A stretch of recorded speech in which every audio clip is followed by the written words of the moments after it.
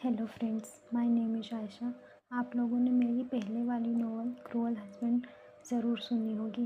आप लोग please comment करके बताएं कि वो नॉवल आपको कैसी लगी। वो पूरी नॉवल कंप्लीट हो चुकी है, इसलिए आज से मैं नई नॉवल स्टार्ट कर रही हूँ। अगर आप लोगों को पसंद आए तो प्लीज़ लाइक करें, शेयर करें।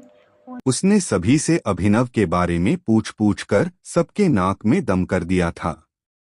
बार बार अभिनव से पूछ रही थी, अंकल मेरे भैया कहाँ? वंश जो अभिनव पर पहले ही बहुत ज्यादा गुस्सा था।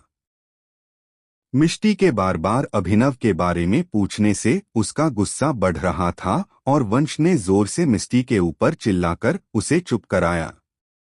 चुप होकर जब मिष्टी ने उसका जबड़ा पकड़ लिया, वंश ने उसके मुंह को दबाते हुए कहा, मुझे तुम्हारे मुंह से एक भी आवाज आई तो मैं तुम्हारी जुबान काट दूंगा।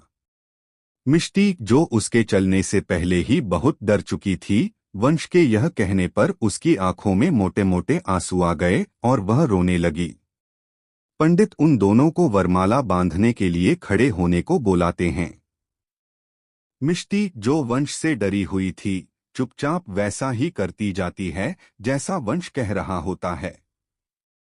इन्हें दोनों फेरे के लिए खड़े हो जाते हैं और फेरे के बाद वंश मिष्टी की मांग में सिंदूर भर देता है और फिर उसे मंगलसूत्र पहना देता है।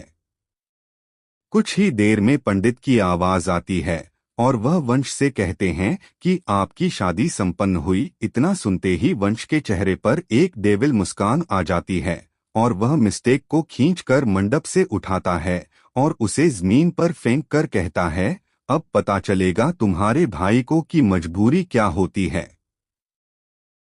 मिष्टी जो इसके इस तरह से फेंकने से बहुत ज्यादा डर गई थी और उसके घुटने और कोहली में चोट भी लग गई थी। वह अपनी आंसू भरी आंखों से वंश को देखती है और चुपचाप एक कोने में डुबक जाती है।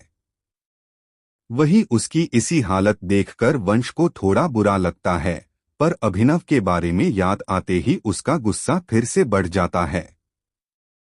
वही मिष्टी की आंखों से बार बार झरझर करके आंसू बह रहे थे। उसे अभिनव की बहुत याद आ रही थी और वंश के इस तरह से पकड़ने की वजह से उसके जबड़े में भी बहुत दर्द हो रहा था। वह घुटनों में ही मुंह छुपाकर दबी आवाज में रोने लगती है। वही वहां खड़े सभी लोगों को मिष्टी पर बहुत दया आ रही थी, पर वंश तो था ही निर्दय और अब तो उसके दिल में बदले की आग जल रही थी। इसलिए वह मिष्टी का रोना इग्नोर करके वापस से सोफे पर बैठकर अभिनव का इंतजार करने लगता है। उसके दिमाग में इस वक्त कुछ बहुत ज्यादा खतरनाक चल रहा था। वहां खुद से अपने मन में कहता है, अभिनव मैं चाहता तो तुम्हारी और तुम्हारी बहन की जान ले सकता था, पर जो दर्द तुमने मुझे दिया है, तुम लोगों को इतनी आसान मौत तो मैं नहीं दे सकता। अब तुम दोनों भाई बहन पूरी जिंदगी मेरे कदमों में रहोगे और मैं तुम दोनों की ही जिंदगी जहन्नुम बना दूंगा। यह कहकर वंश की आंखों में बदले की आंख साफ तरह से दिखाई दे रही थी। नहीं, उसके भयानक चेहरे को वो देखकर इस वक्त उसके बॉडीगार्ड भी डर गए थे और वह सब अपने डेविल बॉस का यह रूप पहली बार देख रहे थे। कुछ ही देर में अमन अंदर आता है और वंश से कहता है, बॉस अभिनव सर वहां से निकल चुके हैं। इतना सुनते ही वंश अमन को घूर कर देखता है तो अमन सब पका जाता है और वह अपनी गलती सुधारते हुए कहता है, सॉरी बॉस, अभिनव वहां से निकल चुका है, वह कुछ ही देर में मुंबई पहुंच जाएगा।